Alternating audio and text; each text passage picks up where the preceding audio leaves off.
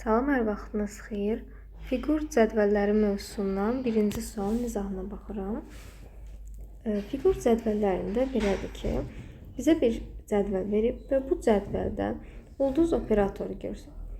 Ulduz operatorun funksiyası nədən ibarətdir? Baxıram ki, sütunlar və sətirlər üzrə müəyyən fiqurlar verilib. Bu fiqurların kəsişməsində duran ədədləri və yaxud fiqurları biz müəyyənləşdirməliyik. Məsələn, üçbucaq, ulduz operatoru və kvadrat. O deməkdir ki, üçbucaq və kvadratın kəsişməsində duran fiqur tapaq. Gəlin baxaq, sütun üzrə, həmişə birinci sütun üzrə başlayayım. Birinci sütunda üçbucağı tapıram. Üçbucaq deməli buradadır. Və sətirdə də eyni qaydada kvadratı tapıram. Sətir üzrə kvadrat. Və baxıram ki, bu üçbucaqla kvadratın kəsişməsi beşbucağı verir mənə. İçi rəngli beşbucağı verir. Qara beşbucaq çəkirəm. Deməli, biz müəyyənləşdirdik ki, birinci mötərizənin cavabı beşbucaqdır. Və birinci həmişə mötərizənin içindən başlamalıyım. Təbii ki, bu da aydın məsələdir. İndi keçirəm ikinci mötərizəni tapmağa. Yenə qara dairə verib, içi rəngli qara dairə və ağ üçbucaq. Qara dairə baxaq. Birinci deməli, sütunda görək hansıdır? Qara dairə. Deməli, bu və ağ üçbucaq. Bu ikisinin kəsişməsində duran fiqur nədir? Ağ kvadratdır. Ona görə, deməli, buraya yazıram ağ kvadrat. Və təzdən beşbucaqla ağ kvadrata yenə bu ulduz operatorunu tətbiq edib. Yəni, yenə də bunların kəsişməsini tapmaq lazımdır. Baxaq görək. Deməli, beşbucaq onda birinci sütunda beşbucaq buradadır. İkinci yenə sətirdə də kvadrat istəyirik. Buradadır. Bu ikisinin kəsişməsi gəlib bizə üçbucağı verir. Ağ üçbucağı. Deməli, cavab olur ağ üçbucaq. A variantı. Baxaq ikinci suala. İkinci sualda sadəcə hərflər verib. Birincidən fərq odur ki, hərflər verib və sual işarəsini mötərizənin içərisində qoyub. Əvvəlcə mötərizənin içərisindən, ən içəridən, daxildən başlamaq lazımdır. Nöqtə operatoru verib. A və D hərflərinin kəsişməsini tapmalıyam. Yenə də görək kəsişməsində duran hərf hansıdır? A və D-nin. Yenə sütun üzrə baxıram. A hərfi buradadır. D hərfi buradadır. A ilə D-nin kəsişməsində duran hərf yenə də A-dır. Deməli, birinci mötərizənin içi tapıldı A. A təzdən yenə qara nöqtə qoyub C. Yəni, bu dəfə A ilə C-nin kəsişməsini tapmalıyam. Baxaq, A ilə C-nin. A buradadır yenə sütun üzrə. C-miz də sətir üzrə buradadır. Sütun və bu sətirin kəsişməsi D-ni verdi mənə. Deməli, A ilə C-nin kəsişməsi bizə D-ni verir. Yəni, bu kvadrat mötərizənin ümumilikdə cavabı nə alındı? D tapıldı. Keçək ikinci mötərizəyə. İkinci mötərizənin cavabını tapa bilmirəm. Nəyə görə? Sual və C verib. Sual bilmədiyim üçün hələ ki tapa bilmirəm. Düşünək ki, D, bu hər hansısa bir mötərizə, bir X deyim, bərabərdir C qalıb. Düzdür? İndi fikirləşərəm ki, mən D ilə nəyi kəsişdirsəm, cavab C taparam. Yəni, mötərizənin içində bir ümumi bir sual deyim və yaxud X deyim bu formada. Gəlin baxaq, D ilə nəyin kəsişməsi mənə C-ni verir. Sütun üzrə D buradadır. Bəs nəyi kəsişdirsəm, hansı sətirdəkinə kəsişdirsəm, mənə C verəcək. Mən D-nin sətirində onda C-ni axtarmalıyam da, C buradadır. Deməli, C ilə görürəm ki, onda nəyi kəsişdirməliyəm? Elə C-ni kəsişdirməliyəm. Yəni, mötərizənin içi gərək nə olsun? C olmalıydı. Deməli, mötərizənin içi tapıldı. Qaldı sual, dairə yenə operatoru C bərabərdir C. Bu nə deməkdir? Yenə də nə ilənsə C-ni kəsişməsində mənə yenə C-ni verməlidir. İndi gəlin baxaq, nə ilə nəyi kəsişdirəcəm. Yenə də birinci sütun üzrə nəyi bilmirəm, sualdır. İkinci sətir üzrə C olmalıdır. C ilə indi baxın nəyi kəsişdirsəm, mən C-nin onda sütununda axtarmalıyam təkrar C-ni ki, görüm nə ilə kəsişdirim. Onda C ilə görsənir ki, D-ni gərək kəsişdirməliyəmiş. Deməli, yenə sual işarəsinin yerinə D qoyulacaq. Cavab olur D. Üçüncü suala baxıram. Burada belə bir cədvəlin içərisindən müəyyən bir hissəni qoparıb ayırıb. Və biz bu qoparılmış hissəyə əsasən müəyyənləşdirməliyik ki, bu hərflər hansı fiqurlardır? Gəlin baxaq. Burada necə bir əlaqə yaradıram? Bu şəkil, görək bu şəklin içində hansı parçadır. Əgər burada 6 neçə bucaq verib, bizə 6 bucaq verib, 6 bucaq verib. Mən burada görüm hansı 6 bucağı götürə bilərəm, bunu da götürə bilərəm, bunda bir neçə versiya mümkündür. Amma nəyə əsasən taparam? Bu 6 bucağın altında 2 dənə eyni hərf var. Və yanındakı hərf isə eyni deyil, yəni fərqli bir dənə hərf olmalıdır. İndi baxaq hansı 6 bucağın altında deməli 2 dənə. Məsələn, bu 6 bucağı götürə bilərəm. 6 bucağın altında 2 dənə 3 bucaqdır. Yəni baxın belə ayıraq ki, aydın görsənsin. Yəni bax bu parça bura və belə. Bu ikisi artıq eyni oldu 3 bucaqlar. F-dəki deməli bu hissə olacaq. Yəni 6 bucağın yanındakı. Onda bu parçanı ayırsam, buradan düşünəcəm ki, G-lərim oldu 3 bucaq. F nə oldu? Dairə içərisində X. Belə. Hə, tapıldı. İndi mənə deyir ki, J-nin H-ı tapın. Mən burada F-ləri artıq bilirəm ki, dairə içində X olandır. Dairə içində X olandır. J-nin H-ı bilmirəm. Amma bilirəm ki, J-nin H 3 bucaq ola bilməz. 3 bucaq olan variantları silsəm, yerdə nə qalır? Ulduz və neçə bucaq? 6 bucaq qalır. Hə, indi gəlin baxaq. Deməli, J-nin H neymiş? Elə ulduzla, onda 6 bucaq olacaq. Yerinə qoyaq ki, ödəyək. Ulduz yazsam, burada 6 bucaq qoysam, görək bu cədvəldə hardadır bu? Ulduz və 6 bucaq. Ulduz, sonra gəlməlidir. Deməli, içi dairəli kres. Ondan sonra təzdən kres və 6 bucaq. Yəni bu hissədir. Baxın, bunu ayırıb çıxarıblar elə bir. Biz də həmin onu müəyyənləşdirmiş olduq bu hissəni. Belə. Buradan yəni görsən ki, J ulduzdur, H oldu, 6 bucaq. Belə.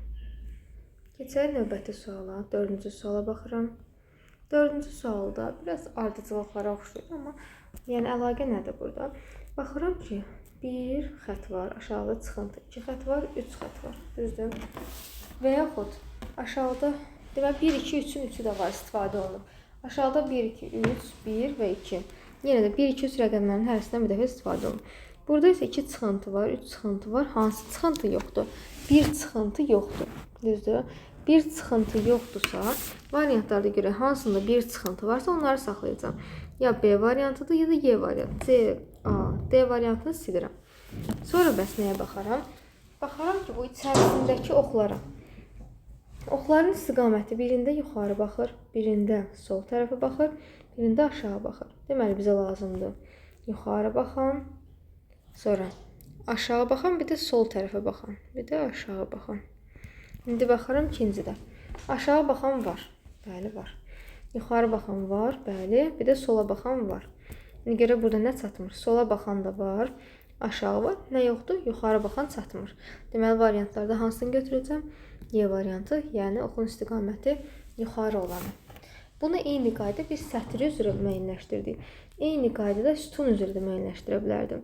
Məsələn, yəni hər halda doğru sütun üzrə baxsaydım, yenə bir çıxıntı var, 1, 2, 3 çıxıntı var, 2 çıxıntı var, yenə 2, 1, 3 çıxıntı var, 3, 2, növbəti 1 çıxıntı olmalıdır və s. Oxların istiqamətini də eyni qaydada yəni müəyyənləşdirmək olar.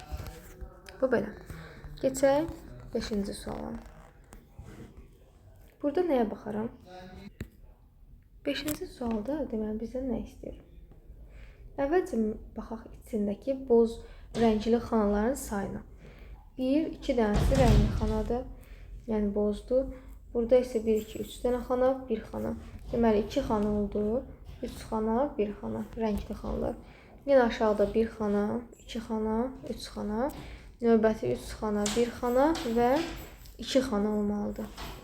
Deməli, görək hansında 2 xana rənglidir, bozdur. 2 xana olmayanları silirəm onda. Ya A, B, C qaldı. Davam edirəm. Baxaq, başqa nə əlaqə var?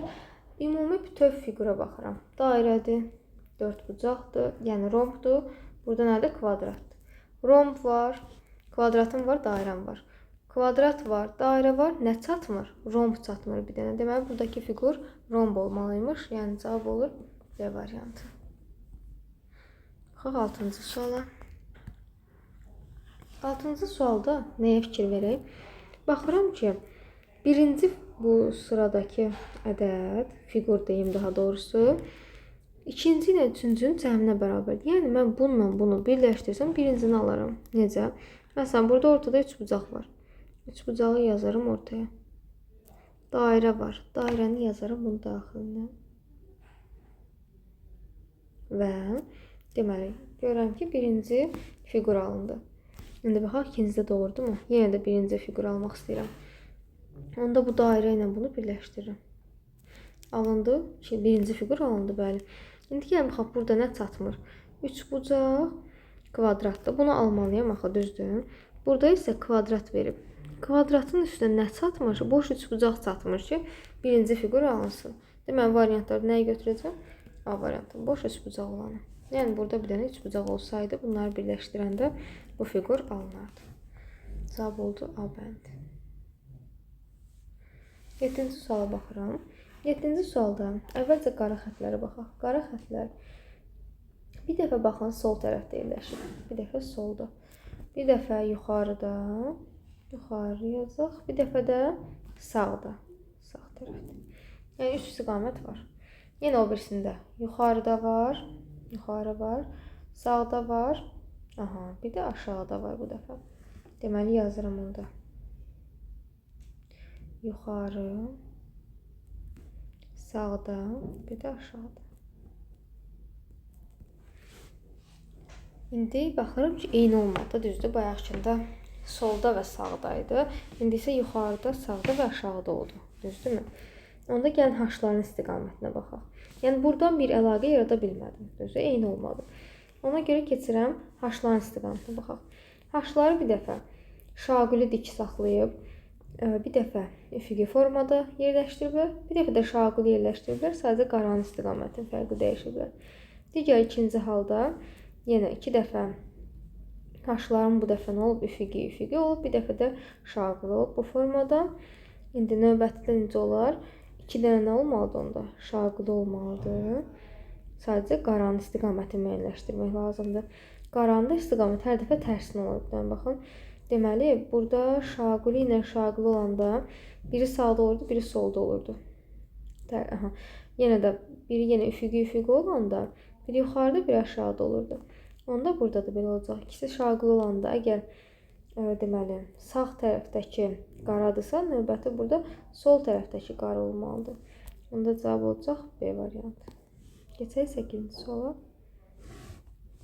Burada baxaq necə bir əlaqə var. Baxıram ki, bu ikisindən birinci nəsə müəyyənləşdirməyə çalışaq. Baxıram hər birində 3 dənə iç-içə bir fiqurlar var, düzdür. Ümumi böyük fiqura baxıram, dairə, üçbucaq, bunda kvadrat. Burada da üçbucaq var, kvadrat var, dairə var. Dairə var, kvadrat var, nə çatmır üçbucaq. Deməli, böyük fiqur üçbucaq olmalıdır. Yəni, Y bəndi ilə C bəndini sildim. Keçirim içəridəki ikinci fiqura baxmağa. İkinci fiqur qara bir kvadratdır. Burada dairədir, burada oval daha doğrusu, burada isə üçbucaqdır. Yəni, kvadrat, oval, üçbucaq. Yenə baxıram. Oval, üçbucaq, kvadrat. Kvadratım var. Deməli, üçbucağım var. Nə çatmır? Oval. Deməli, ikinci fiqur oval olmalıdır. Yəni, D bəndi getdi. Çünki kvadrat verib burada. Ya A-dır, ya B-dir. İndi içərisindəki rənglərə baxaq. İkinci fiqur burada qaradır. Burada ağdır. Burada ağdır. Düzdür. Burada da ağdır, qaradır və ağdır. Buna əsasən baxacağıq. Bir də içəridəki bəs kiçik fiqura da baxsaq. Kiçik fiqur onsuz da görürəm ki, hər ikisində eynidir. Düzbucaq, düzbucaqdır. Əsas bizə rəngləri maraqlıdır. Gəlin baxaq, rəngləri necə müəyyənləşdirək. Baxıram ki, qara olanlar arasında nə əlaqə var? Burada hamısı ancaq qara, kvadratlar qaradır. Burada ancaq üçbucaqlar qaradır. Burada nələr qaradır? Dairələri, ovalları qara verib bizə. Demək ki, bizdə nə olmalıdır? Ovalın içi qara olmalıdır. Yəni, B variantındakı kimi. Cavab olur B variantı. Keçək 9-cu suala. Birinci kvadratın içində fikir verirəm ki, bu dairədən bir dənə var və bir dənə var. 2 dənə, belə baxıram sətr üzrə ki, 2 dənə dairə var. Üçbucaqdan 2 dənə var.